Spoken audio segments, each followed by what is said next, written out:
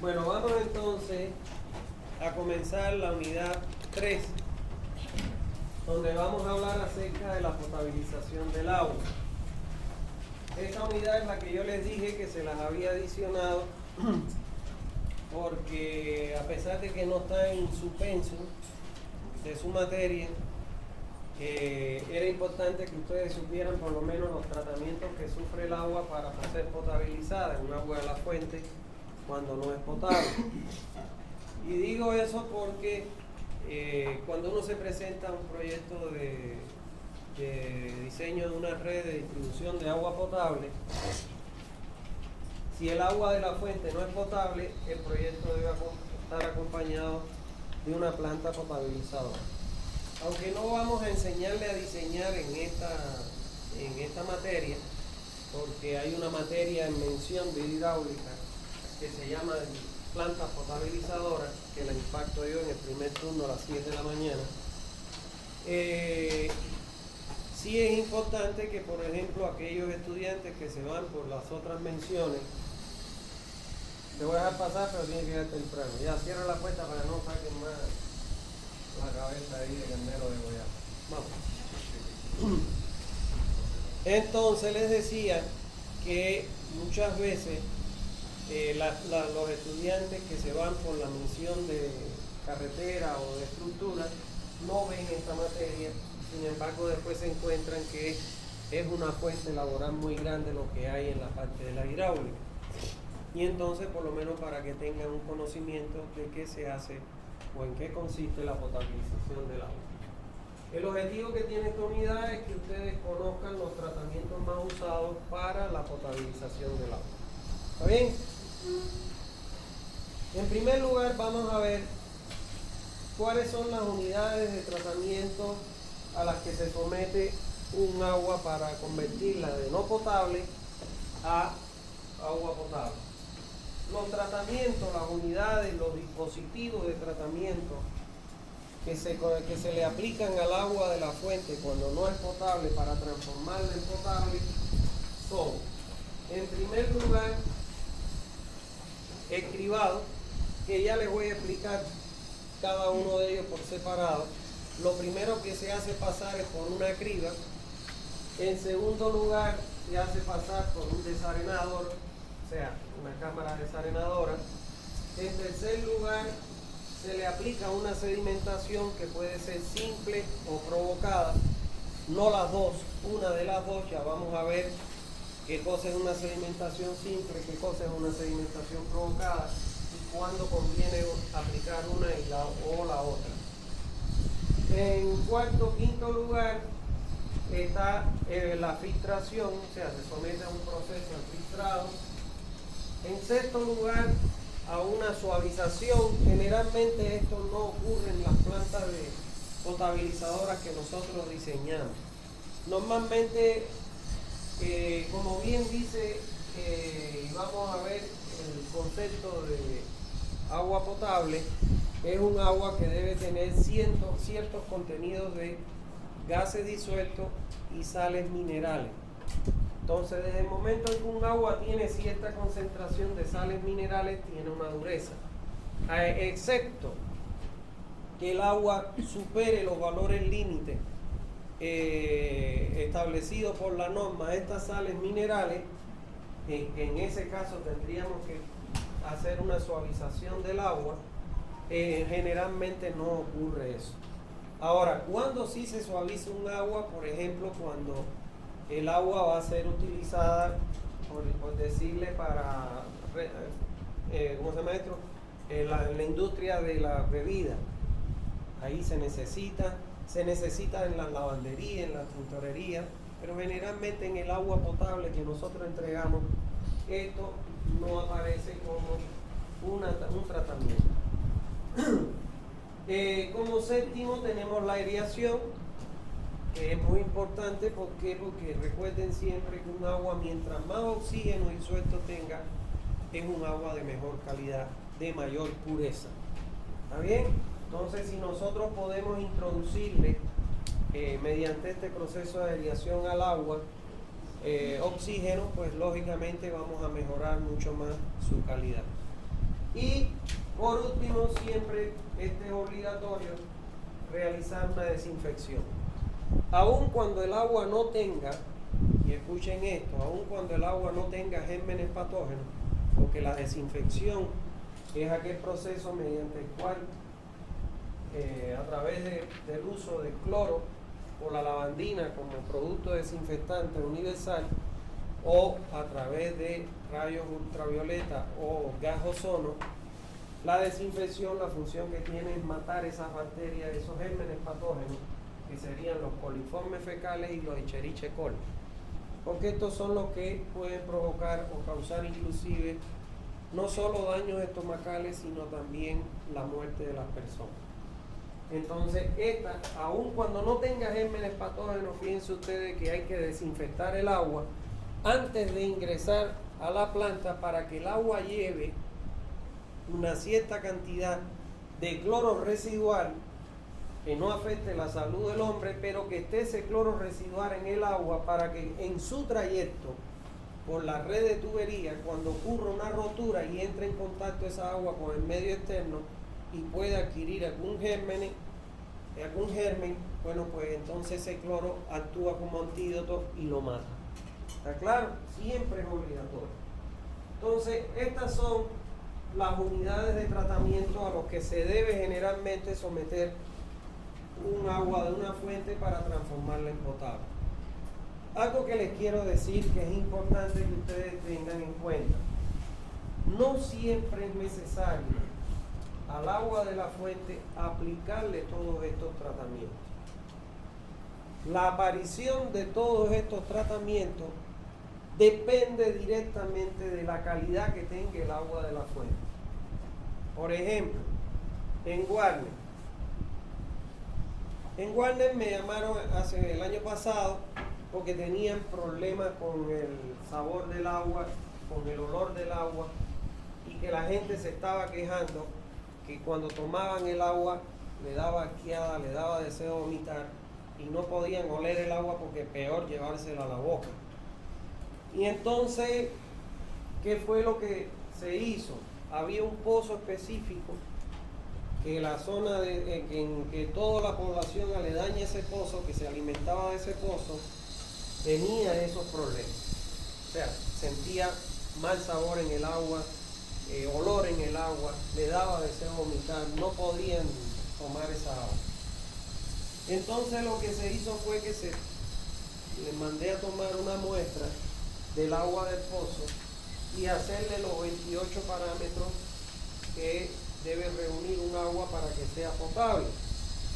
Cuando se hicieron esos 28 parámetros, encontramos con que había un parámetro de los 28 que no cumplía. Un parámetro de los 28 que no cumplía. Y era el hierro. El hierro es 0,3 miligramos por litro, lo que es admisible, no chequenlo ahí, miligramos por litro, 0,3, para que pueda ser ingerido por el ser humano sin que le ocasione ningún daño.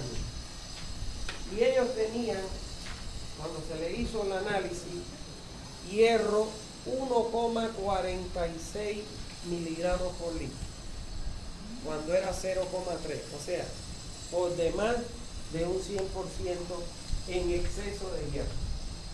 ¿Qué ocasionaba eso en los usuarios? Que fue lo que les llevó a ir a la cooperativa, a reclamar y amenazarlo con tomarle la cooperativa, y no le mejoraban la calidad del agua, que cuando tomaban el agua les sabía hierro y le daba asqueada y ganas de vomitar.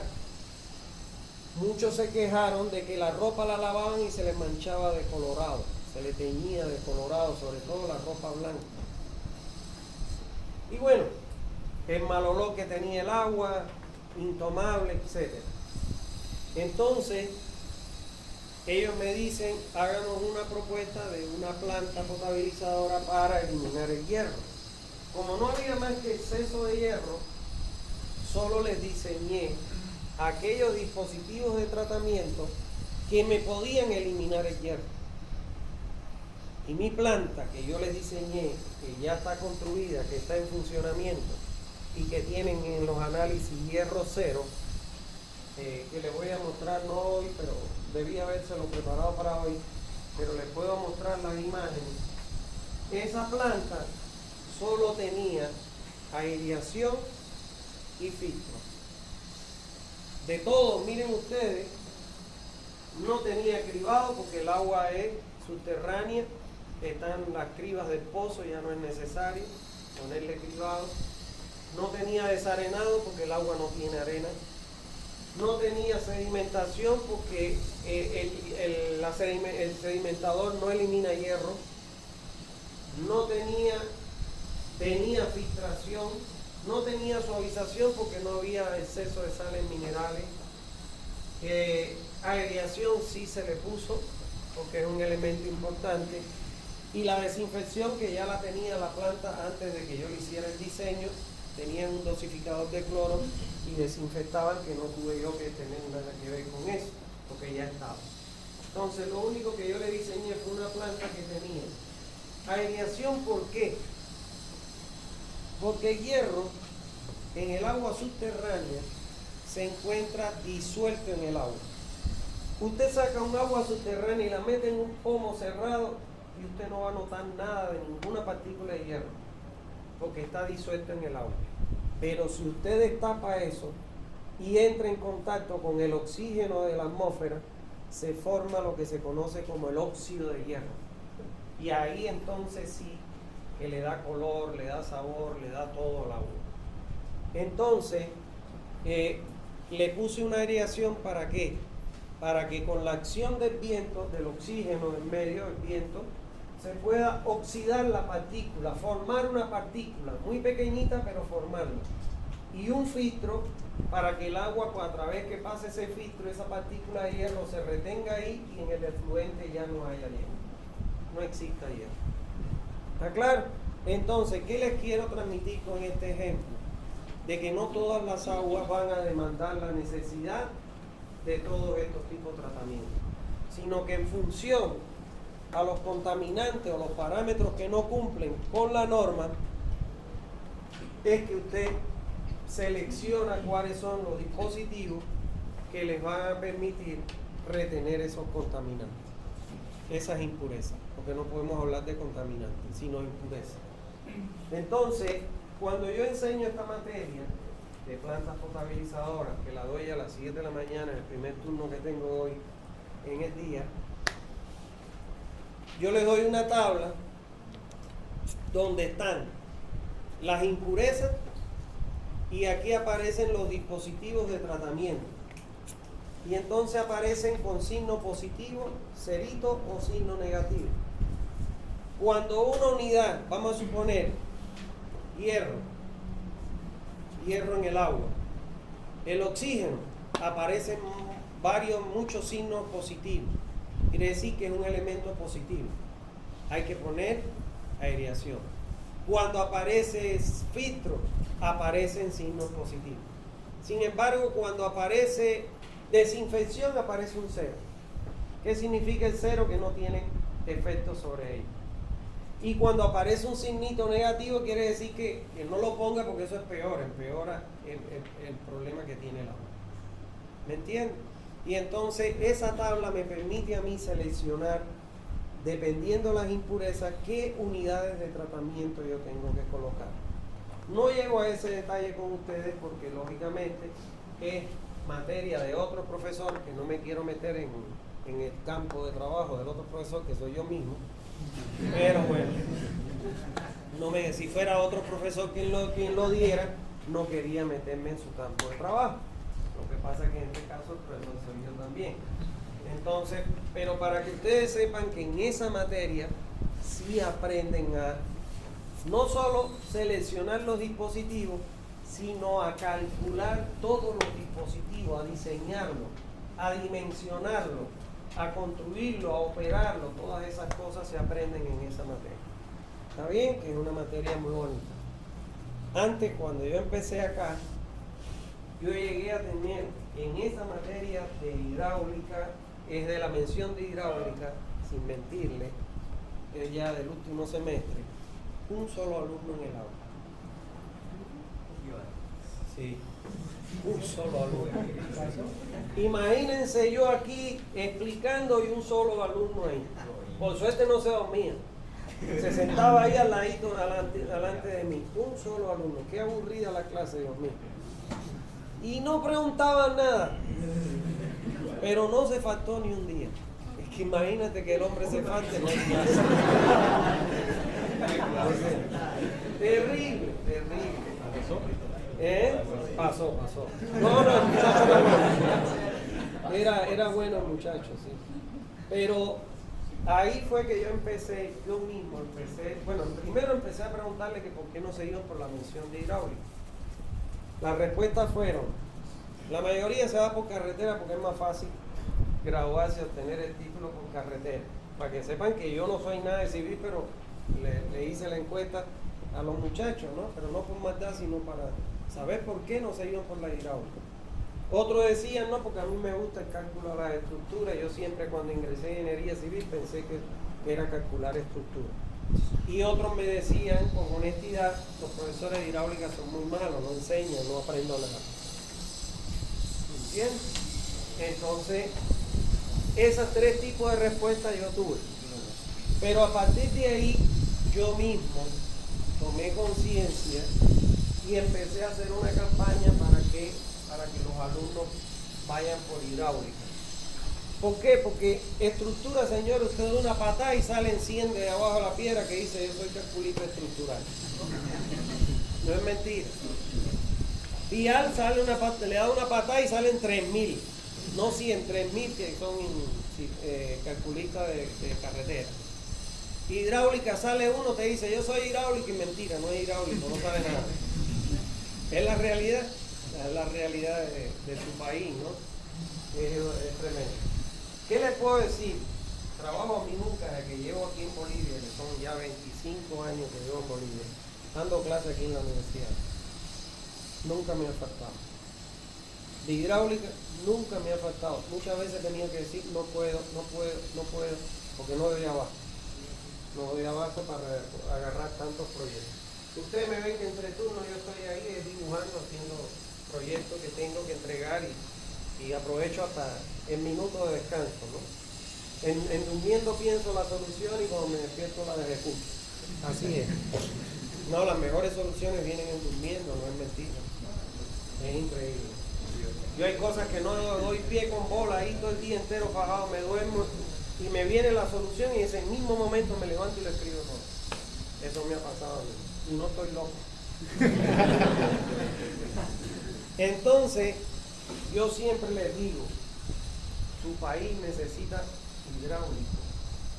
Hay muchos problemas, miren ustedes los problemas de drenaje que hay.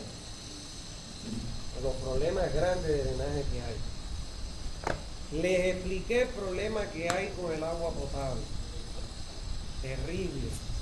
Alcantarillado. Vamos a hablar de Santa Cruz, que es una de las ciudades más pujantes, si no la más pujante que tiene Bolivia, donde se maneja, hay mucho dinero en el medio, y solo tiene un 46% alcantarillado.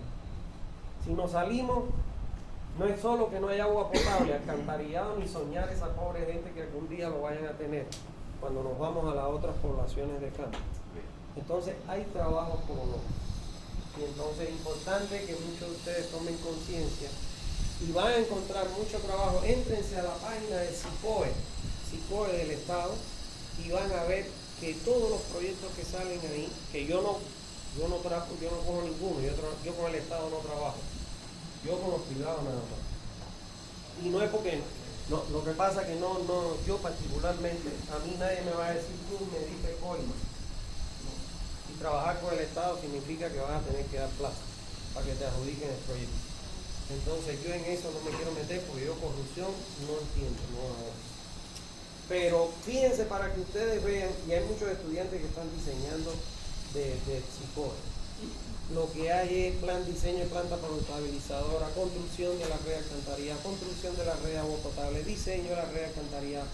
Es increíble la cantidad de trabajo que hay. Eso ha llevado que, por ejemplo, ahora creo que tengo como 26 alumnos en mi grupo de la mañana tempranito, tengo 26 alumnos. Y entonces la gente ha ido tomando conciencia. Entonces es importante eso. Entonces, lo que le quería transmitir es que no todas las aguas demandan de todos estos tratamientos, sino que uno tiene que hacer un análisis de cuáles son los parámetros que no cumplen y seleccionar única y exclusivamente aquellos dispositivos que lo eliminan. ¿Para qué le iba a poner yo un sedimentador, un desarenado, un cribado? Todas esas cosas ya no iban a ejecutar el proyecto porque es un montón de plata y no lo necesitaba. Como que también está el otro extremo. Una vez me presenté yo a una licitación de plan internacional para diseñar una planta potabilizadora y un sistema de distribución a una población rural de aquí de Santa Cruz. No voy a decir el nombre. Y como exigencia decía que tenía que visitar la comunidad, el lugar donde se iba a diseñar, y hacer un levantamiento del sistema actual que ellos tenían de distribución de agua. Llegué allí y cuando llego le digo, ¿qué elementos, cómo ustedes distribuyen el agua? La persona encargada me dijo, tenemos una red y tenemos una planta potabilizadora. Ah, ya, vamos a ir a visitar la planta. ¿De dónde es la fuente? De un río, de un lago, una laguna. Y entonces le dije, bueno, vamos a ir a la fuente y vamos a ir a la planta. La laguna era negra el agua, la sacaba así en la mano, era negra el agua. Imagínense usted. Y cuando llegamos a la planta me dio mucha pena de que era un canal excavado lleno de piedra bolón. ¿Saben lo que es la piedra bolón, no? Y el agua pasaba por ahí, decían que esa era su planta potabilizadora de agua. O sea, en eso no pueden caer ustedes. Eso es engañar a una gente, a una pobre gente que son seres humanos como nosotros, que merecen una calidad de vida como la merecemos todos, y decirle, esta es tu planta potabilizadora, y eso no sirve para nada. ¿Me entienden? Entonces, eso es importante que ustedes siempre van a diseñar las plantas. Yo le digo a mis alumnos, aunque no haya plata, la planta debe llevar todos los dispositivos, las unidades de tratamiento que se requieran para transformar esa agua no potable en un agua potable y no engañar a la población, no engañar a nadie. ¿Está claro? Entonces eso es importante. ¿Por qué? ¿Por qué no construyen plantas? Porque no la saben hacer. En el proceso ese de cuando Evo cumple, que daba plata para hacer obras, ¿qué era lo que presentaba? Coliseo, una canchita. ¿Por qué? Porque se copiaba un proyecto, se lo pasaban de un municipio a otro. Y esa es la realidad. Pero una planta tú no la puedes pasar de un municipio a otro, porque todas las calidades de agua no son iguales. Los caudales no son los mismos. Los contaminantes que tiene, las impurezas que tiene el agua no son iguales. Y lástima, qué pena que no se dice, en vez de presentar, no digo que no sea importante una cancha, porque eso también es salud. Pero, ¿qué es más salud? ¿Una cancha o tomar agua potable y no enfermarse el estómago o peor morirse? Entonces, pero ¿por qué no se presentaban plantas? Porque no había quien las diseñara. ¿Me entiendes? No había quien las diseñara. Entonces eso es muy importante. Yo tengo un estudiante que vive en San Ignacio de Velasco, ¿no? Yo no sé si ustedes, alguno vive por allá por San Ignacio. Es muy mala el agua. ¿No vieron que el año pasado que si un movimiento de gente, que esto, que lo otro, que si el agua que está malísima, que no se puede tomar? Fueron miles de ingenieros allá, la sociedad de ingenieros, todo esto, ¿no? Ya la terminaron, las correcciones que fueron a hacer. Le pregunté a la muchacha que es alumna de planta, está estudiando planta porque ella quiere resolver problemas de su pueblo. Y le pregunto, ¿el agua que ella toma ya es potable? Me dijo, no se puede tomar. No se puede tomar el agua. Entonces, se dan cuenta, por eso yo le digo, sale uno y dice, yo soy hidráulico, no es hidráulico nada, no sabe nada. Porque ¿cómo puede ser que vayan comisiones de ingenieros a actualizar una planta que no está cumpliendo la función y que el agua siga sin ser potable? ¿Me entiendes? Entonces, eso es muy importante. Nunca se debe engañar a la población. Aunque no haya plata, la planta tiene que cumplir todos los requisitos. El dinero va a aparecer, señor. Para estos servicios básicos, aunque ustedes no lo quieran creer, se puede buscar. Hay gente que financia inclusive a fondo perdido. O sea, hay entidades del banco, bancarias del mundo, Banco Mundial, todas esas cosas, que te dicen, ya, yo te voy a dar la plata para que construya la planta. Lo único que quiero es que te voy a adicionar este dinero para que tú hagas capacitaciones a las mujeres, para que les enseñe para que no sean víctimas de maltrato, o les enseñe algo para que ellas puedan salirse del hogar y poder trabajar, o generar dinero con sus propios medios, etcétera, y no me devuelva un peso. Entonces, para que ustedes tengan idea de que el problema está en que nadie te va a prestar plata si tú no le dices, mira, voy a hacer esta planta, tengo este problema con esta planta, mira lo que sale, quiero la plata para eso, al momento te va a dar. Pero sin proyecto nadie te va a dar plata. Nadie te va a dar plata, nadie te va a dar dinero. ¿Está bien? Bueno, entonces, dentro de las unidades de tratamiento a las que generalmente se somete un agua de la fuente, aunque ya ustedes conocen que no siempre se demandan todas, tenemos el cribado, que como ustedes ven, el dispositivo en donde se realiza el cribado se llama cámara de red. ¿Está bien? El desarenado, que el dispositivo donde se aplica el desarenado a un agua se llama cámara desarenadora. La sedimentación simple o la sedimentación provocada, no las dos, siempre una de las dos. Ya vamos a explicar por qué. Está la filtración, la suavización o el ablandamiento. Este es un proceso, es una unidad que siempre, por ejemplo, en las aguas de mesa se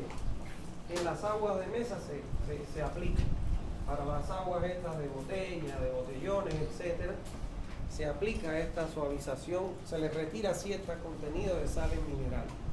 ¿Está claro? Se aplica normalmente. Por eso que ustedes ven que cuando usted lleva su carro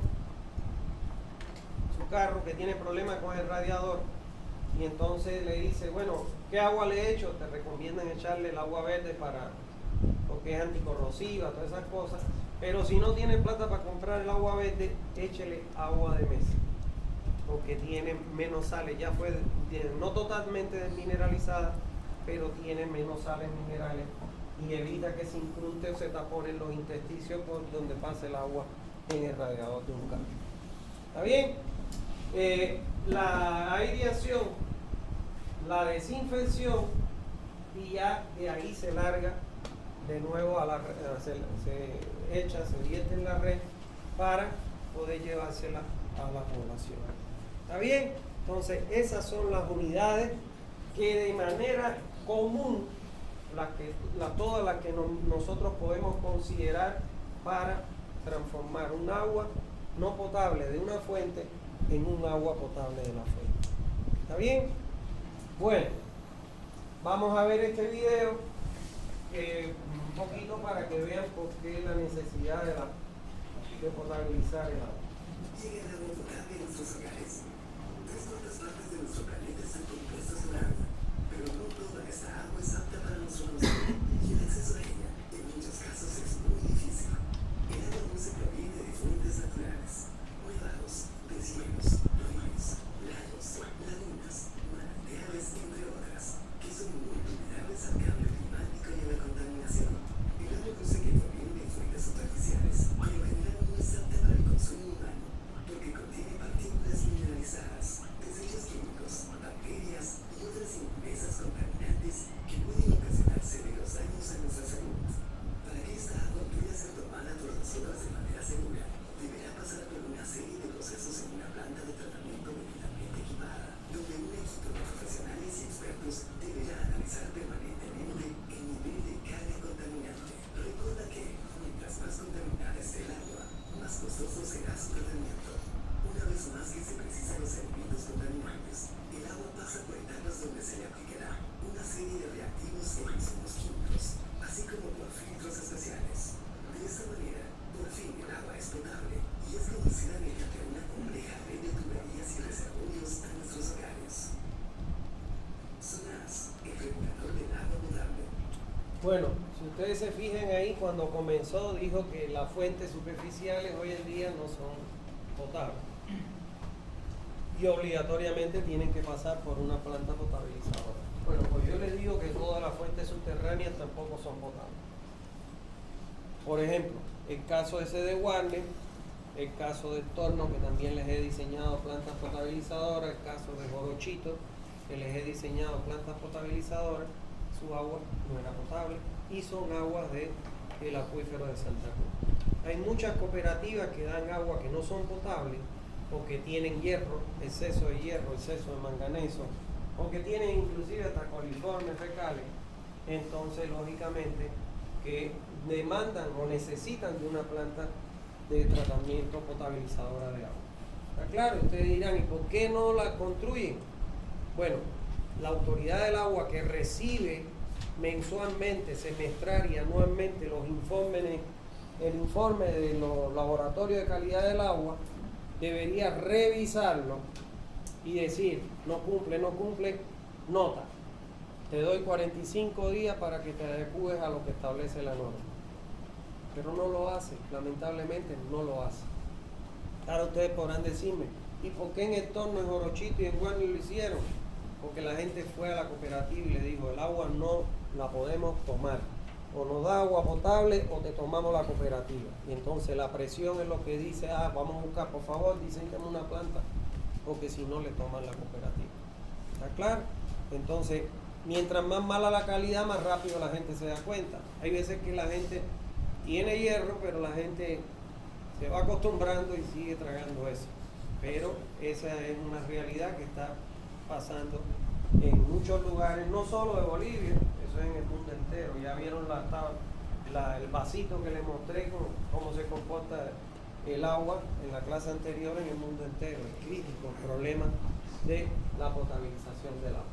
Bueno, vamos ahora a ver en el segundo punto cuál es el propósito de la purificación del agua. O sea, ¿por qué se debe purificar el agua?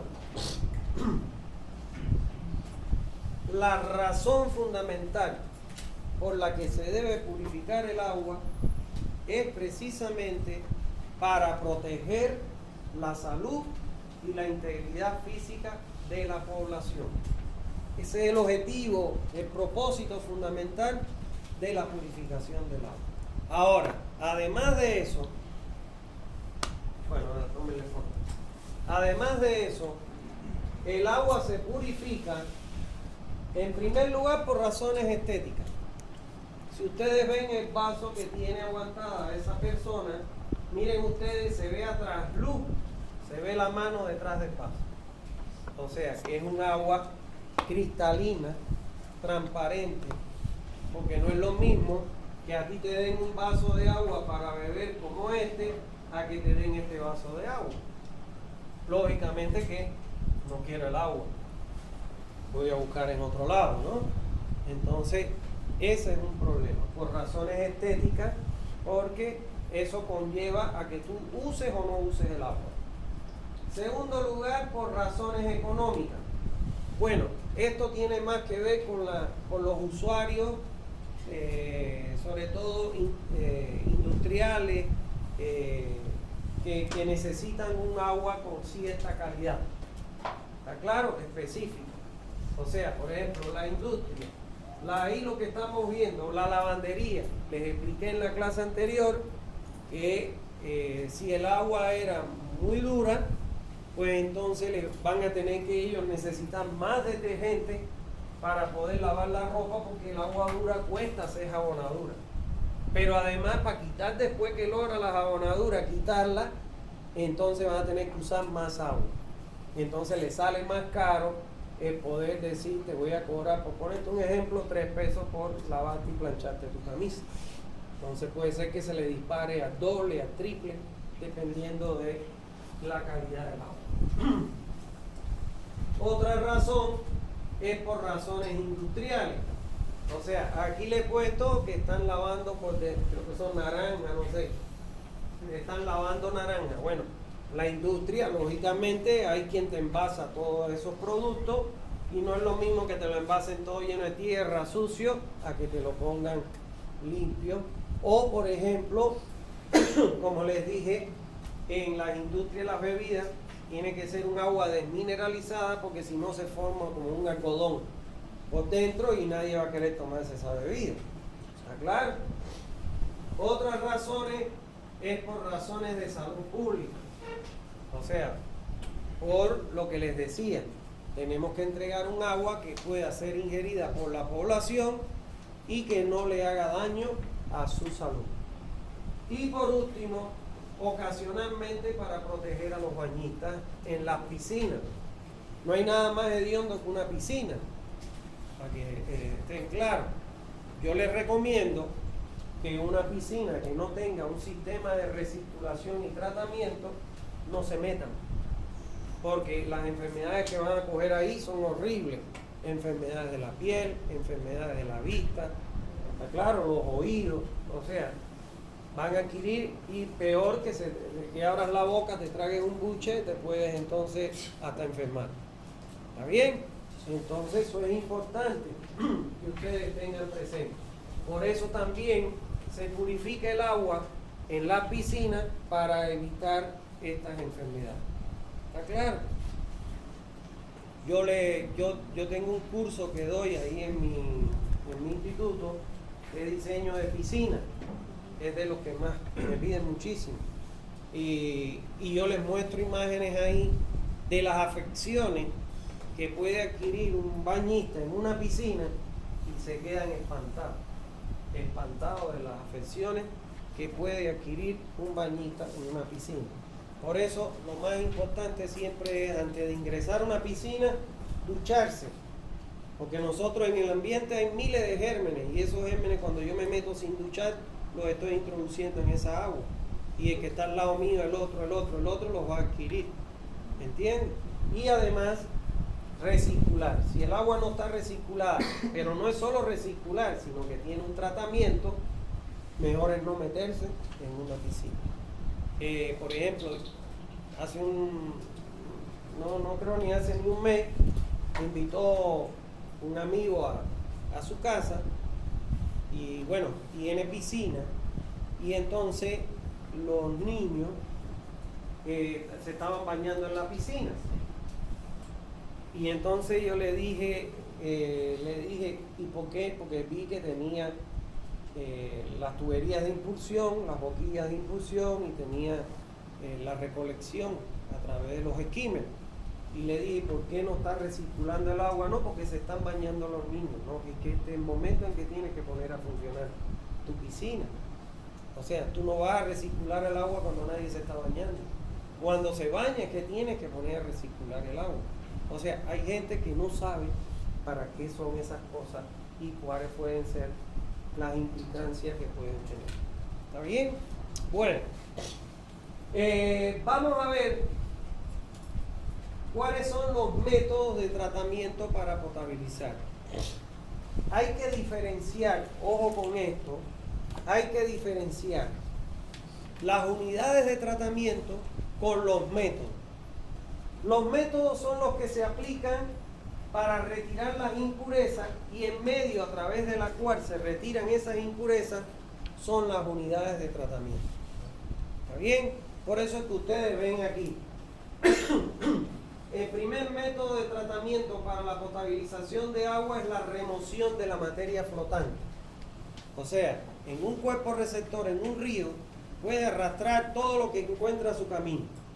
Muchas de esas partículas que arrastra o impurezas son bolsas, pomos o ramas de árbol, hojas, y vienen flotando en la superficie.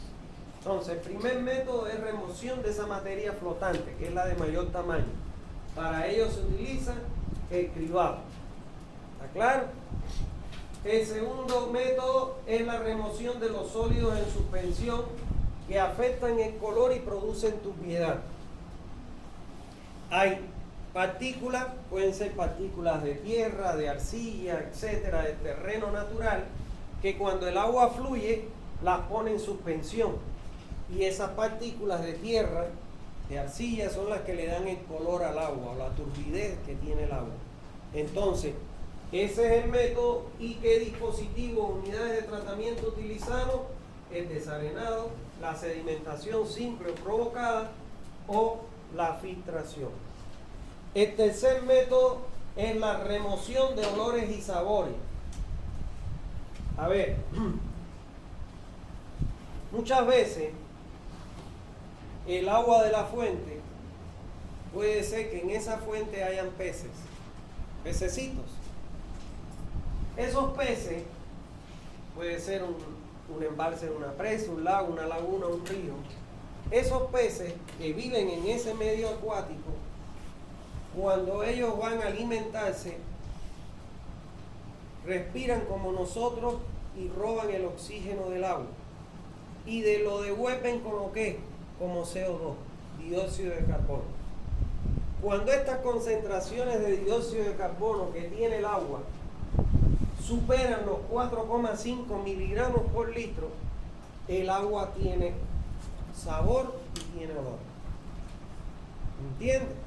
Entonces, ¿cómo yo elimino ese dióxido de carbono? Mediante una aireación. Ahora, porque es una sustancia que es volátil y puede ser arrastrada por el viento y separada del agua, con lo que mejoró su calidad. Ahora, existen plantas acuáticas que desprenden también sustancias volátiles. Y entonces, cuando usted la toma, le da sabor y le da olor al agua. Entonces, ¿cómo yo los elimino? Mediante el barrido por la acción del viento. ¿Qué es lo que coloco para esa actividad? Una aireación. En este caso, ahí hay un aireador de bandeja. Hay tres tipos de aireadores que son los que más se utilizan. El aireador de surtidor, el aireador de cascada y el aireador de bandeja. ¿Está claro? ¿Cuál es el objetivo del aireador? Que el viento actúe sobre el agua que está cayendo de una bandeja a la otra y arrastre todas esas sustancias volátiles, pero además le introduzca oxígeno al agua. Con lo que se mejora la calidad del agua, el sabor al paladar y el olor del agua. ¿Está bien? Ahora, hay otras sustancias, como lo son, por ejemplo, en este caso, las algas. Las algas, para que se desarrollen, lo único que tiene que tener es un almacenamiento de agua y un clima como el que tiene Santa Cruz, un clima cálido. Si ustedes se percatan cuando llueve, a lo mejor muchas veces en el camino a su casa, se forman unos charcos. Y usted pasa y a los 2 días el charco tiene una capa verde encima. Esa capa verde son las algas. Las algas no son perceptibles a la vista del ser humano cuando están dispersas. Para ver un alga tiene que ser con un microscopio. Basta con que tenga un alga esta agua y el agua va a salir amarga. Hay agua que usted toma y le deja un amargor en la boca, es porque tiene alga. A lo mejor no se ve porque está muy poca cantidad, pero cuando ella se desarrolla en grandes cantidades es que aparece esa nata verde, que son miles y miles de millones de algas que se han depositado en la superficie de esa agua. Por eso es que ustedes ven que estas aguas dicen la gran mayoría, mira aquí lo dice, conservar en lugar seco, en lugar fresco y no exponer a la luz solar. No exponer a la luz solar, porque si el agua yo la dejo a la luz solar se me va a formar el alga adentro y va a coger sabor. Yo mira que yo compro agua de mesa, de botellón, y hay veces voy, ya no voy a los lugares esos, ni los surtidores, ni en las esquinas, voy al súper, porque están bajo techo. Pero yo antes, cuando iba a comprar, le decía a un surtidor cerquita de mi casa, los tenían puestos ahí, el solazo sobre el agua. Yo le decía a la muchacha, dile a tu dueño que no ponga el agua ahí, que le va a salir a que va a perder la inversión. Entonces, por eso yo dejé de comprar agua en esos lugares y voy al súper porque están bajo techo y no corren ese riesgo. ¿Está bien? Bueno, para eliminar las algas no hay otra cosa que utilizar un producto químico que se llama sulfato de cobre. Sulfato de cobre. Eso se le adiciona, es lo mismo que se le adiciona a las piscinas para que no se ponga verde el agua. ¿Para qué? Para matar las algas y evitar tener el agua con sabor amargo como le transmite el agua. Y el otro método es la remoción de bacterias, que se realiza mediante un proceso de desinfección utilizando fundamentalmente la lavandina común que compramos en los mercados. Solo que para adicionar esta lavandina tenemos que llevar el agua de la fuente al laboratorio de calidad del agua, por ejemplo UTALAC aquí en la universidad, y decirle que nos haga la curva de punto de quiebre de donde nosotros podemos sacar la dosis de cloro que este dosificador, que no es más que una bomba de diafragma, cuando nosotros le regulamos, vamos a suponer 0,7 miligramos por cada litro, entonces lo regulamos, entonces ese dosificador, ¿qué es lo que hace? Cuando abre el diafragma, toma la dosis, y cuando apriete el diafragma, impulsa esa dosis todo el tiempo, constantemente. ¿Está claro? Entonces no es que le voy a echar yo el cloro a sentimiento, porque puede aparecer los trialometanos y lo que ya les mencioné. ¿Está bien? Bueno, vamos a ver ahora una breve descripción de cada una de estas unidades de tratamiento. ¿Está bien? El cribado. El cribado, el agua de la fuente deberá estar previamente libre de objetos, ramas, hojas, para lo que se colocan, lo que se conoce con el nombre de las cámaras de reja. La velocidad de circulación recomendada a través de las rejas, de las barras que componen la reja, debe cumplir con que sea mayor a 0,3 y menor a 0,8. ¿Está claro? Ahora les voy a explicar esto. El cribado no son más que unas barras que yo coloco fundamentalmente con una cierta inclinación. ¿Para qué? Para permitir un mejor rastrillado y extracción de los objetos retenidos en esa red. Normalmente, el tamaño, el espaciamiento entre barras, imagínense que esta es la reja.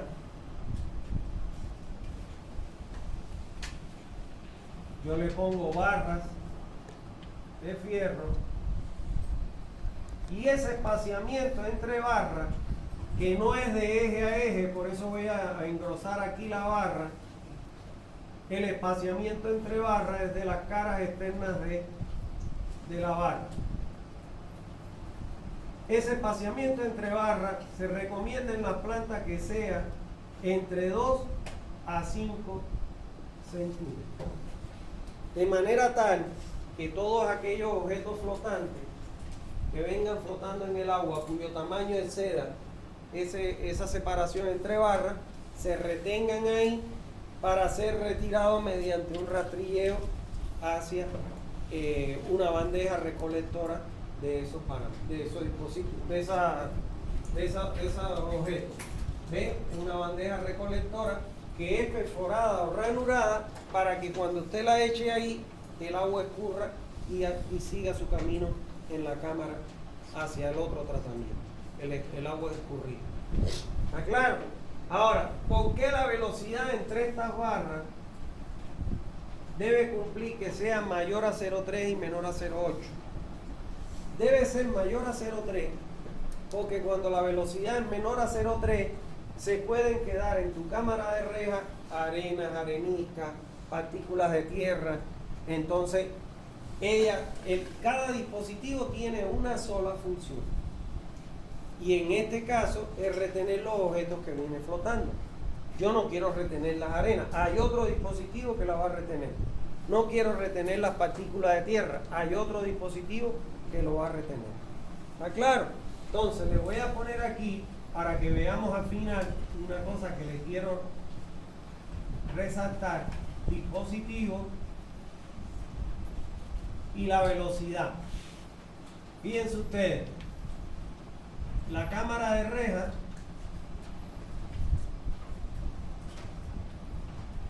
la velocidad tiene que estar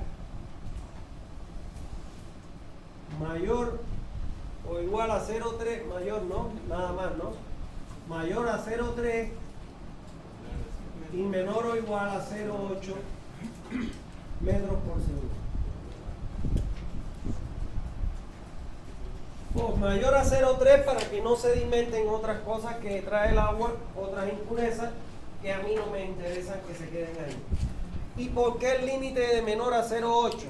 Porque los estudiosos de esto, que dicho sea de paso, en América Latina lo que llevan la batuta en estas investigaciones de la potabilización del agua son Colombia, un centro que se llama el SINARA, es un centro de investigaciones del agua en Colombia, y México. Son los países que tienen mayores estudios, mayores publicaciones sobre estos temas. ¿Por qué no mayor a 0,8? Porque puede ser que usted venga una hoja de una rama, una hoja o una rama delgadita de un árbol, se quede atrapado y si aumenta la velocidad la puede curvar, flexar y hacerla que se escape. Esos son los requisitos de velocidad mínima y máxima. ¿Está bien? Bueno, el otro dispositivo es el desarenado. El agua de la fuente deberá ser desarenada para evitar que estas partículas ingresen al proceso de sedimentación, sobrecargando el trabajo de estos dispositivos e interfiriendo en su adecuada operación, por lo que se construyen estas cámaras desarenadoras. Al igual que en el cribado, que se me pasó, perdón, se construyen cámaras de reja de 2 canales. ¿Para qué? Para que cuando se vaya a limpiar una reja, se coloca compuesta a la entrada, compuesta a la salida, se cierra el canal donde se va a limpiar la reja. ¿Por qué? Porque si yo limpio rastrilleo con el agua pasando, se me puede reacomodar una basura e irse. ¿No ves? En el caso de las arenas, lo mismo. Miren aquí las compuestas a la entrada y a la salida, y también se utilizan 2 canales.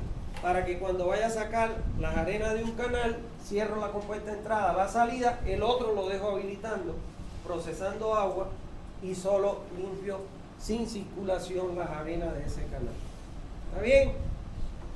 Ahora, las velocidades recomendadas para el diseño de las cámaras desarenadoras, que lógicamente estas velocidades están estrechamente vinculadas con el dimensionamiento del dispositivo. En las cámaras desarenadoras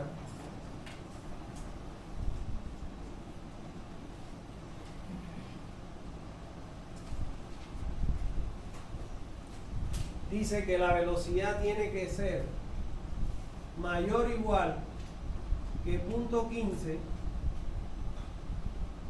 y menor o igual que 0.30, ¿no? Sí. Que 0.30. Vamos a ponerle aquí metros por segundo para no estar copiando esos expedientes. ¿Ya? Bueno, ¿por qué las velocidades en las cámaras desarenadoras tienen que ser mayor o igual a 0.15 y menor o igual a 0.30? Porque ese rango de velocidad es el rango de velocidad óptimo para que sedimenten las partículas más pesadas. ¿Cuáles son las partículas más pesadas que puede venir con el agua de la fuente? Las arenas, las areniscas y las gravillas. Si yo reduzco la velocidad por debajo de 0.15, ya se me puede sedimentar partículas de tierra o materia orgánica. Y a mí no me interesa que se retengan ahí las partículas de tierra. Hay otro dispositivo que se encarga. Aquí solo quiero retener las partículas más pesadas, que son las arenas, las arenicas, la gravilla, la grava, etc. Por eso es el rango de velocidad. ¿Se entendió? ¿Alguna duda? Bien. ¿Cómo miden el rango de velocidad en cada? No se mide. Tú dimensionas a partir del caudal de diseño de tu planta. Como tú lo vas a dividir en 2 canales, ¿qué caudal va a pasar por cada canal? No, la mitad por cada canal. ¿Por qué? Porque pues fíjate que la mitad va a venir para acá y la otra pues está dividiéndolo en 2 canales. Pero uno no se va a sacar. No, se cierra solo en el momento de la limpieza. Los 2 están abiertos siempre. Pero ahora voy a limpiar uno y entonces que lo cierro nada más momentáneamente para hacer la limpieza. pero ¿cómo va a funcionar todo el tiempo? Y generalmente la limpieza se hace en horario no pico, donde no hay mucha demanda de agua. Entonces, ya yo conozco el canal que pasa por el caudal que pasa por cada canal. ¿Cómo yo puedo ahora, para ese caudal, saber que la velocidad cae en ese rango? Jugando con el ancho del canal. Diseño un canal cuya velocidad esté en ese rango. En eso consiste el cálculo. O sea, no es que lo mido, yo lo calculo. Y cuando yo hago mi cálculo, yo calculo la sección de canal para que con el caudal de paso y el tirante de circulación y el área del canal, mi velocidad esté en ese rango. ¿Está bien? Todo eso yo lo enseño en la primera materia, en la materia que le digo, en planta, ¿no? Aquí lamentablemente no se lo enseño a calcular porque no es objetivo la materia. Yo se lo pongo para que ustedes conozcan. Pero es importante porque después se quieren presentar a una planta y no tienen al diseño de una red de agua potable y no tienen ni idea de una planta. Por lo menos ya saben que tienen que aprender ese conocimiento porque les puede servir en un futuro para ganar plata. Bueno, el otro es la sedimentación. Hace 3 días me corté y esta porquería sigue echándose el dedo eso. Sigue, o sea, 3 días no cierra eso. Va a tener que ir para que me opere. El agua con gas. A ver si no, el agua con gas.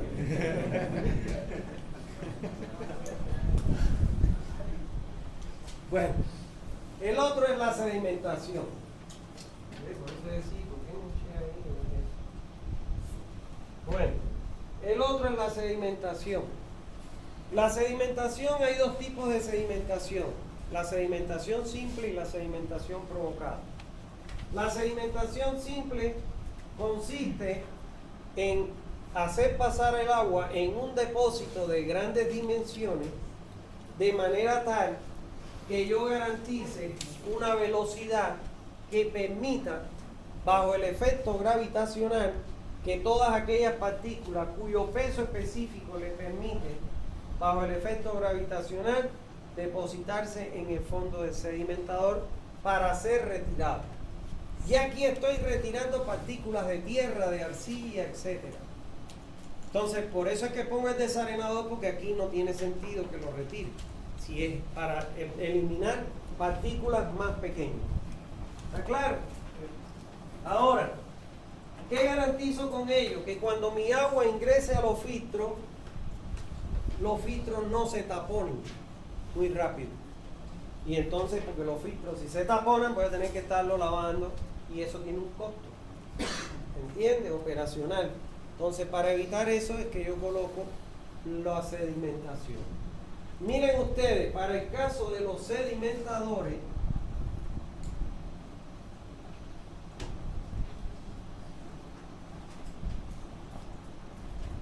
¿cuál es la velocidad para la cual se deben diseñar? 0,005 metros por segundo. Y aquí se puede ver. Miren, todavía.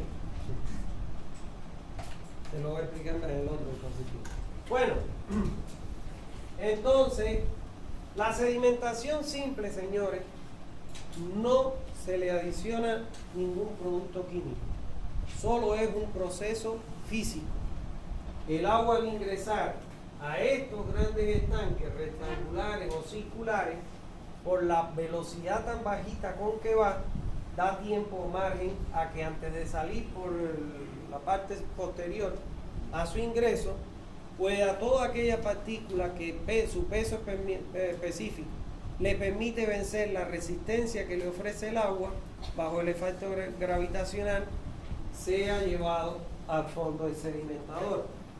Si nosotros vemos un sedimentador rectangular, que aquí hay uno, si ustedes se fijan acá, el sedimentador tiene lo que se conoce como una tolva de lodo. Entonces, esto que está acá es una pendiente que generalmente es adversa hacia la salida. De manera que todos los lodos que caen aquí vienen a esta tolva para ser extraído por esta tubería y retirado del agua. La limpieza de esos lodos, la extracción de esos lodos en el sedimentador se hace como máximo hasta 24 horas. Les voy a dibujar una cosa porque muchos podrían pensar cómo se sacan esos lodos. Bueno, pues ahora les voy a decir. Este es mi topa de lodo. Yo le doy una pendiente adversa hacia la salida. Por aquí ingresa el agua y por aquí sale el agua. Entonces, imagínense ustedes que todas aquellas partículas, unas van a caer directo aquí a la torba, pero hay otras que son más livianas que van a caer en la pendiente adversa. Como esta pendiente es mayor o igual al 3%, mayor o igual a un 3% esa pendiente, eso hace que vengan todos a la torba. Ahora, yo voy a tener una tubería aquí en la torba y esa tubería tiene una de salida y aquí tiene una válvula.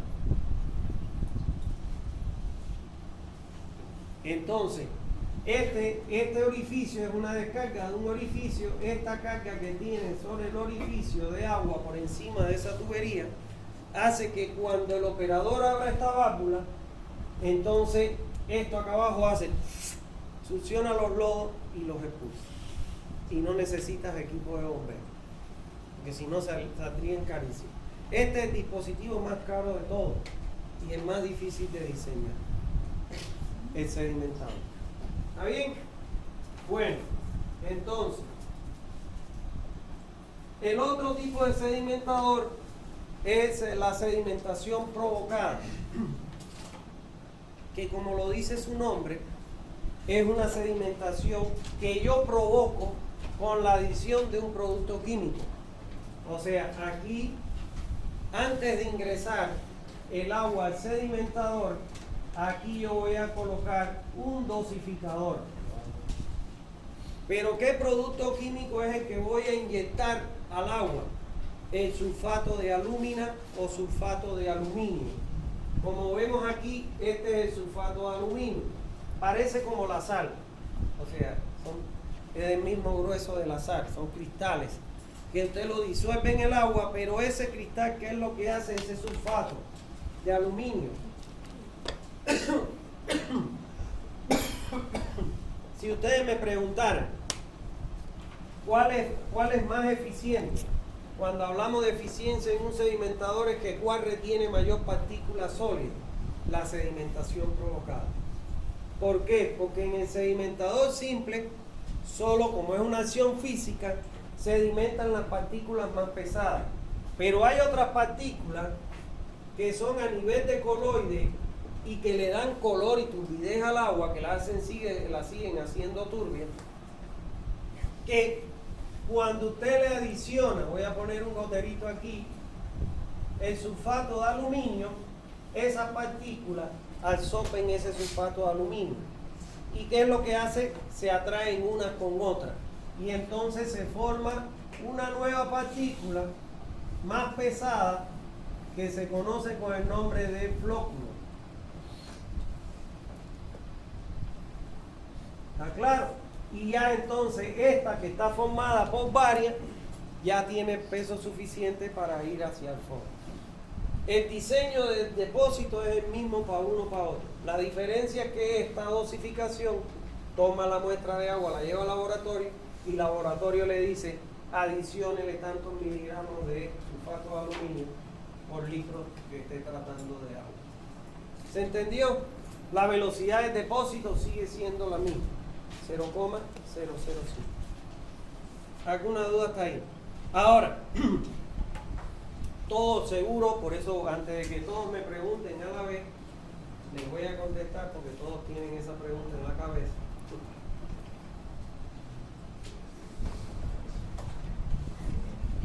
La pregunta es, ¿cuándo coloco en una planta una sedimentación simple y cuándo coloco una sedimentación provocada? No se colocan las dos, una de las dos. ¿Qué ustedes creen? La sedimentación provocada le adicionan un producto químico. tiene un costo. Pero además, esa adición del producto químico no la puede hacer cualquier persona. La dosis la tiene que preparar una persona capacitada. Un ingeniero sanitario, un ingeniero químico, tiene otro costo de salario. ¿Entiendes? Entonces, si yo voy a colocar normalmente en las poblaciones rurales, usted es muy difícil, primero que hayan los recursos como para pagar la compra de ese sulfato de aluminio, que son en grandes cantidades y tienen un costo elevado.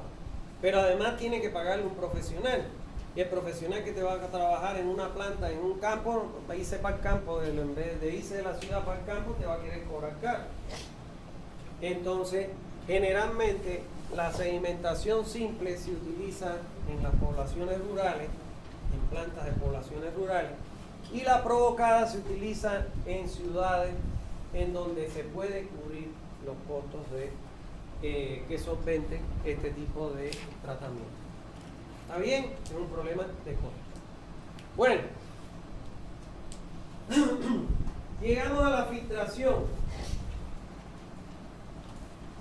Cuando el agua se hace pasar a través de un medio poroso, este medio poroso puede estar compuesto por diferentes materiales con diferentes granulometrías, como por ejemplo pueden ser arena, gravilla y grava, arenas, arena, gravilla y grava, de diferentes granulometrías. Está demostrado de que además de que ese material granulométrico es un material de origen ígneo que tiene un poder absorbente muy grande, los coloides pequeñitos que pudieron haber escapado de la sedimentación, ellos lo van a chupar y se va a absorber. Cuando usted lava un filtro, si usted tiene, por ejemplo, que viene de agua colorada, usted va a ver que la grava, la arena y la arenilla se ponen coloradas, porque ellos absorben esos coloides y le quitan el color al agua. ¿Está claro? Entonces, la acción del filtro se produce fundamentalmente en la superficie, donde comienza a descender el agua y empieza a atravesar el lecho filtrante. Y ahí es donde se va a acumular. ¿Cómo se acumula? Tiene dos formas de eliminar. Deja eso. Usted tiene aquí partículas, que es la arena. ¿Ven? Entonces, estas partículas, mientras más pequeño sea su diámetro, el espacio libre por donde puede pasar el agua es más diminuto y es más eficiente. Por eso vamos a ver que hay tres filtros, que son los filtros lentos, donde todo el lecho es de arena muy finita, los filtros gruesos, los filtros rápidos, donde hay combinaciones de arena, gravas de diferentes granulometrías. Entonces, mientras más pequeño, fíjense ustedes, mientras más pequeñito es el material de filtro, más diminuto es el espacio a través del cual puede pasar el agua para poder atravesar ese lecho. Entonces, mientras más pequeña es la arena, evidentemente mayor eficiencia hay. Está la que se retiene aquí en la superficie, que se va a formar una costra con el tiempo de material retenido que se le llama zooglea, y esa costra va a llegar un momento en que obstruye el filtro y no deja pasar el agua. Entonces hay que hacerle una limpieza al filtro para retirar esa zooglea o esa costra de agua. ¿Está claro? Entonces eso es lo más importante que ustedes tienen que saber. Existen tres tipos de filtros. Están los filtros lentos, que consisten, miren, este es un filtro lento, miren, este es una persona, y esto que hay aquí es una arena muy finita, todo el lecho es de arena. Por eso es que es un filtro lento, porque la velocidad de paso del agua a través de esa arena tan delgadita es muy lenta. ¿Qué dificultad tiene eso? Ustedes saben de la ecuación de continuidad que caudal es igual al área por la velocidad. Si en un filtro esta velocidad sería mi velocidad de filtración. Si yo conozco el caudal y ya me fija el material que tengo de filtro lento, la velocidad, entonces mi área va a ser igual aquí en el caudal dividido la velocidad de filtración. Mientras más pequeña es la velocidad, ¿cómo va a ser el área? Mayor. Entonces miren ustedes las dimensiones que tiene ese filtro, y eso es lo que ha hecho que en la actualidad, primero, provocó que eran muy caros las plantas. ¿Por qué? Porque demandaban mucha área. Miren ustedes, una estructura de hormigón armado, son muros de hormigón armado, y eso tiene un costo. Además de que al ocupar tanta área, el terreno también tiene un costo. ¿Está bien? Entonces eso llevó a que los investigadores empezaran a incursionar otros estudios con otros tipos de granulometría. Y aparecieron los filtros gruesos, donde se coloca la arena solo en la parte superior y debajo se colocan gravas de diferente granulometría, con lo que se incrementa la velocidad de filtración con respecto al filtro lento entre un 30 a 50 veces la velocidad de filtración, y las áreas se disminuyen. Y se ha demostrado que el agua que pasa a través de estos filtros rápidos ya sale con una calidad de ser agua potable que cumple con lo que establece la norma. Entonces, en la actualidad, los filtros lentos están desechados y por esa razón se utilizan los filtros rápidos. Aún así, ¿cuánto es la velocidad? Imagínense que la velocidad es 30, 50 veces menor en un filtro lento que ese. Y miren la velocidad, ¿cuánto es? 0,00. ¿Son 2 0 3? 2. 14. En los filtros rápidos.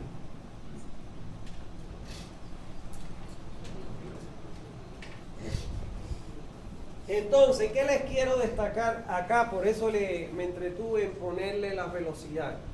En la medida en que vamos avanzando en las unidades de tratamiento de una planta, ¿qué es lo que sucede con la velocidad? Va disminuyendo. ¿Por qué? Porque cada vez las partículas, las impurezas que tiene el agua son más pequeñitas y necesitan menos velocidad, más tiempo para ser retenidas en el dispositivo. ¿Está claro? Creo que no sé si fue de ustedes o fue de planta, porque tengo mi cabeza loca de tantas clases que doy cuando doy clases en una mañana, que me preguntaron, y las unidades de tratamiento de estos dispositivos se pueden poner en un orden o en otro orden, creo que fue en planta. Yo les dije que no. Tienen que necesariamente ir en el orden en que yo se los he ido dando, de manera tal que primero se eliminan las partículas flotando, después las de suspensión más gruesa y más pesada, después las más livianas, después el orden de la micra, y así sucesivamente. ¿Está claro? Bueno. Y el otro filtro que se utilizan, que hay también, son los filtros a presión, que consisten en un filtro relleno de arena, donde el flujo que tiene que ingresar es a presión y lógicamente se utiliza un equipo de bombeo. Estos filtros, evidentemente, para las grandes ciudades serían muy caros porque tendríamos que colocar muchas unidades, con lo que habría muchos equipos de bombeo y se dispararían los costos de la factura de los usuarios por el pago del consumo de energía eléctrica. ¿Está claro? Normalmente estos filtros a presión se utilizan en campamentos, en los campamentos esos que tenían, por ejemplo, Petrobras, en las petroleras, en esos pequeños campamentos, ahí sí se justifica. Yo recuerdo, y los filtros estos, generalmente, bueno, son los mismos que se utilizan en piscina, ¿no? En la piscina, no sé si los han visto. Estos filtros tienen una entrada y lógico tienen una salida. La mitad generalmente se rellena con arena y la otra mitad se rellena con carbón activado. Carbón activado. Y la otra mitad con arena. ¿Por qué se rellenan con arena y carbón activado? La arena retiene los sólidos, ¿está claro? Y le elimina el color y la turbidez al agua. Y con el carbón activado se eliminan los olores. Se eliminan los olores. No vayan a pensar que el carbón es ese que ustedes cogen para hacer churrasco. No. Es de piedra coque. Hay una piedra que es de origen indio que se conoce como la piedra coque, que es una piedra negrita. Y esa piedra negrita tiene la propiedad de que absorbe todos los olores y los sabores. Si ustedes van a cuando estén floreando por la plaza, vayan a la Telchi y solo pregunten cuánto cuesta un kilo de carbón activado. Carísimo. Es una piedra muy cara. Muy cara. Entonces, la ventaja que tiene esa piedra es que va absorbiendo los olores y los sabores que tiene el agua. Pero llega un momento en que cuando funciona mucho tiempo, se llega a saturar esa piedra y ya no cumple su función. Una vez en uno de los campamentos en San Alberto de Petrobras, me hablaron porque tenían problemas de la calidad del agua. Y entonces, bueno, me llevaron allá, me querían llevar en avioneta, ni loco me monto en una avioneta de esa, ni muerto, ni amarrado, nada. Y entonces me fui por tierra, tuvieron que poner, bueno, fuimos con un chofer por tierra, porque yo no me monto, una vez me monté en un helicóptero eso y fue terrible. Ahí a igual, a Chapare, a un... No es así. Era para ver, que les hice un proyecto a una comunidad y esa gente le habían bloqueado todo a Repsol, le habían bloqueado los caminos, le habían roto los equipos y eso, porque le exigieron un proyecto de una red de agua potable. Ahí sí me monté en un Heliamérica esa, en un helicóptero eso para allá, es una así. No sé ni cómo me monté, era grande y ya había un montón de gente ahí, inclusive hasta mujeres, ya me dio pena decir que no. Y me monté ya. Bueno, entonces les decía que me fui allá porque ellos tenían problemas, sacaban agua del Pico de Mayo. Es un río que está contaminado, ¿no? Y entonces la hacían pasar por filtros a presión. Tenían 5 filtros a presión. Y entonces yo llego y le hago así, la planta estaba encerrada con malla, tenía un techo y estaba encerrada con malla milimétrica. Y miro así a través de la malla y veo unas piedritas negras, pero así la montonera de piedra negra. Y entonces dije, ya sé por dónde viene la cosa. Porque decía que el agua tenía mal olor, que no sé qué. Claro, hay muchos peces, muchas cosas en el río. Y entonces antes de entrar y que el tipo me diera la explicación, le digo, ¿qué cosa es lo que hay allá atrás? Me dice, no, el carbón activado que ya no sirve, es carísimo.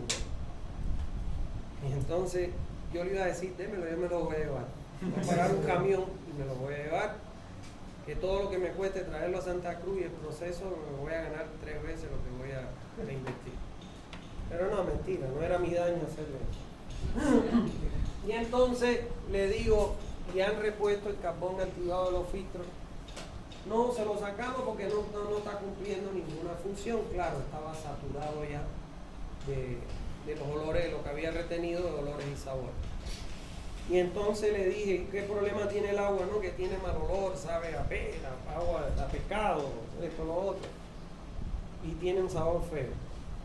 Entonces, y han repuesto el carbón activado, no, porque es carísimo, no quieren aportar para eso, dar dinero para eso.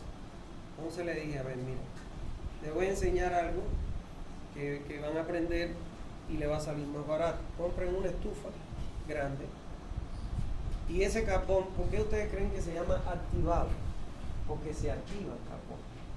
Entonces les dije, compren una estufa, metan el carbón dentro de la estufa y cuando se ponga ese carbón a rojo vivo, como mismo cuando usted pone un cuchillo que se pone a la candela y se pone en la punta a rojo vivo, cuando esté así a rojo vivo, tengan un recipiente con agua abajo y échenlo a rojo vivo en el agua. Y ahí se vuelve a activar el carbón activado y queda como 0 kilómetros. Casi me caen a besos y me cargan así. La cantidad de plata que tenían ahí no sabían qué hacer con él. Pero bueno, se lo transmito para que ustedes aprendan. ¿Está bien?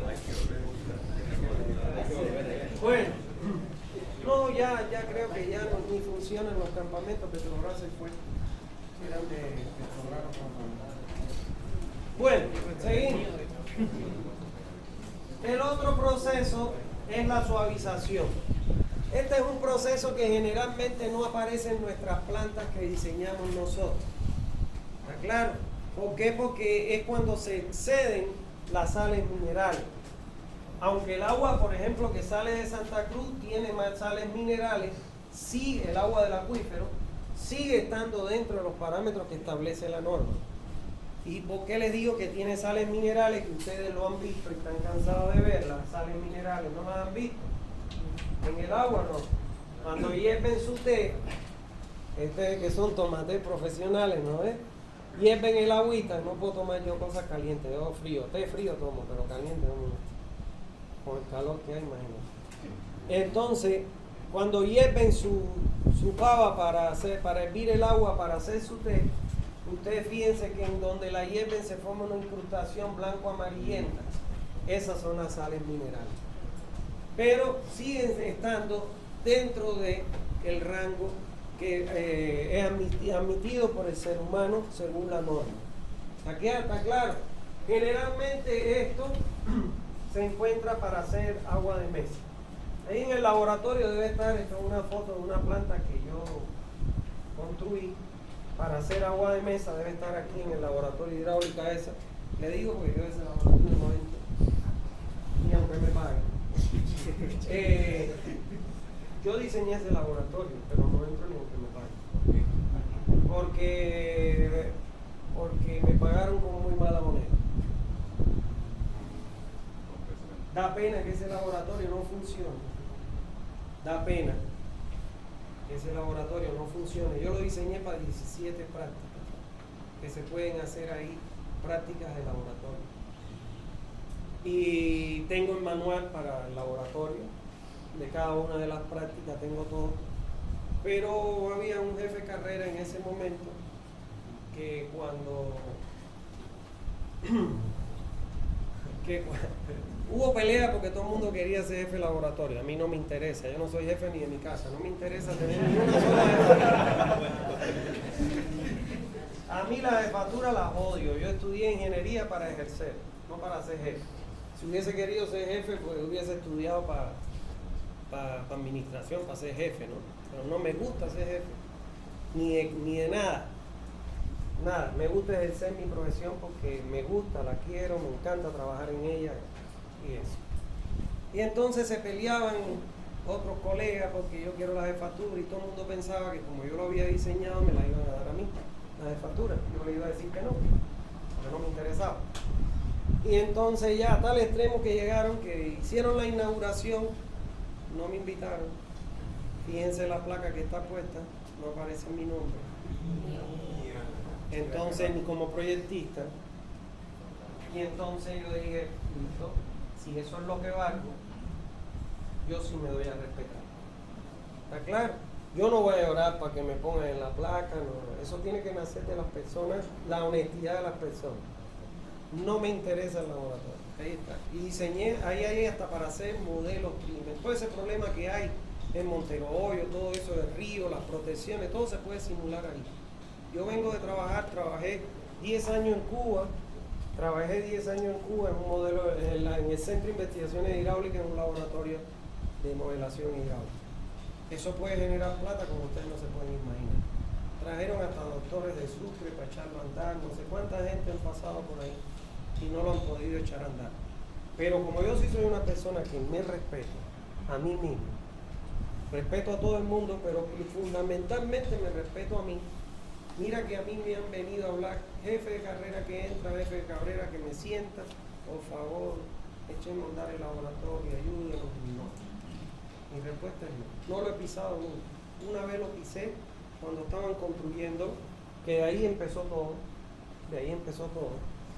me habla Gonzalito, que era el decano de la facultad, me dice, oye Carlito, necesito que me entre al laboratorio ese y me diga qué están haciendo mal.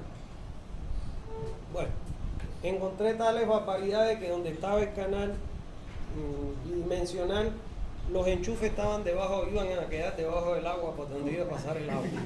Bueno, todas esas cosas las observé, pero lo más grave era que iban a ponerle las tuberías que bajaban del tanque, habían comprado tuberías de desecho de las petroleras.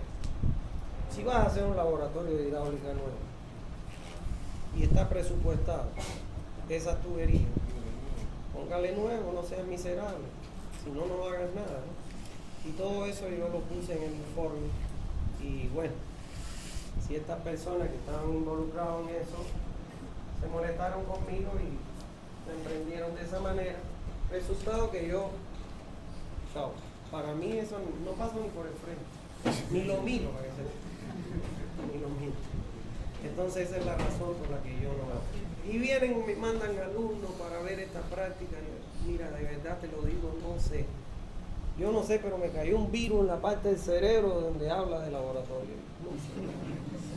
Tengo podrido, en esa parte del cerebro tengo podrido. ¿Me entiendes? Entonces, ese es el motivo. Bueno, seguimos.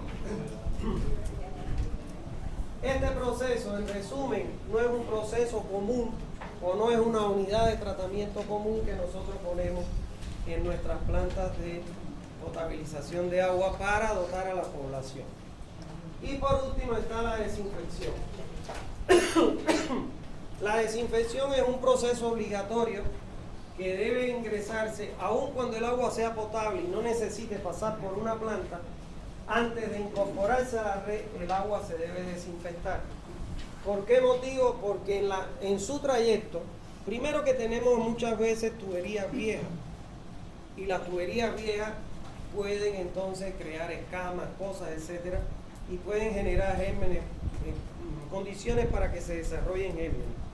Entonces, el cloro residual que lleva, pues bueno, va a atacar todos esos problemas que se puedan presentar, peor en una rotura. ¿Está bien? La forma de desinfectar el agua son a través de los gas ozono, rayos ultravioleta y con dosificadores de cloro.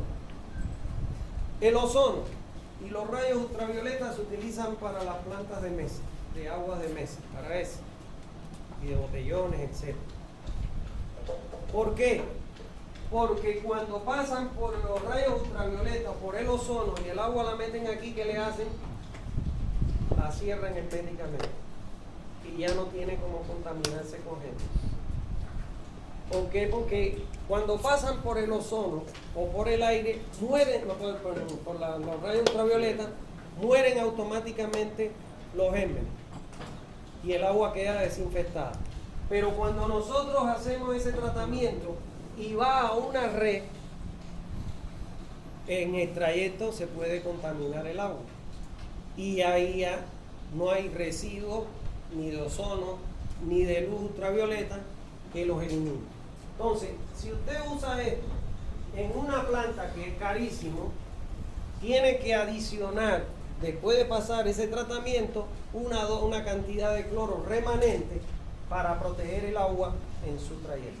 Por eso es que la desinfección hoy en día se hace por medio de la lavandina, porque es entre 10 y 20 veces más barato que cualquiera de los otros desinfectantes, porque está aprobado a nivel mundial y porque hay en todos los países y porque además está comprobado de que es un método efectivo siempre y cuando se adicione la dosis de cloro adecuada al agua, porque el exceso de cloro en un agua por encima del punto de quiebre puede ocasionar ¿qué cosa? Que aparezcan los trialometanos. Y cuando las personas tomamos un agua que huele a cloro y sabe a cloro, ya pueden tener trialometanos y pueden generar infertilidad en el hombre y la mujer, que no puedan tener bebé. Pueden generar en una mujer embarazada problemas al feto que tienen en la pancita. Y además pueden generar cáncer en los riñones. ¿Está claro? Entonces fíjense la importancia y la responsabilidad que tenemos nosotros los profesionales que nos vamos a encargar de la distribución del agua a la población. ¿Está bien? Y finalmente, ¿qué se define como planta potabilizadora? Se define como planta potabilizadora a un espacio físico donde nosotros colocamos un conjunto de unidades de tratamiento que las acabamos de estudiar, de manera tal que le sometemos al agua de la fuente a procesos físicos, procesos químicos, destinados a que el efluente de la planta sea un agua potable para el consumo humano, apta para el consumo humano. Miren, esta es una planta que está en Concepción. Esta planta, fíjense ustedes, ¿qué es lo que tiene nada más? Aereador, filtro y créanme, un depósito de almacenamiento, y aquí tienen un dosificador de cloro. No tiene sedimentación. ¿Por qué? Porque esta agua procede de la presa Zapopó en Concepción, y la presa actúa como un gran desarenador y como un sedimentador. ¿Entiende? Entonces, ¿para qué voy a poner un desarenador si todo lo que llegue al embalse va a ir a dónde? Al fondo, porque es un embalse donde la velocidad es prácticamente cero. Igual es un sedimentador. Entonces, todas esas cosas nosotros debemos manejar a la hora de pensar en el diseño de una planta potabilizadora. ¿Está bien? ¿Alguna duda que tenga? Ya lo veo así, pero como en las carreras, solo falta poner las manos en el piso, que decir en su marca, listo, fuera. Bueno, que tengan una feliz tarde noche. Nos vemos la próxima.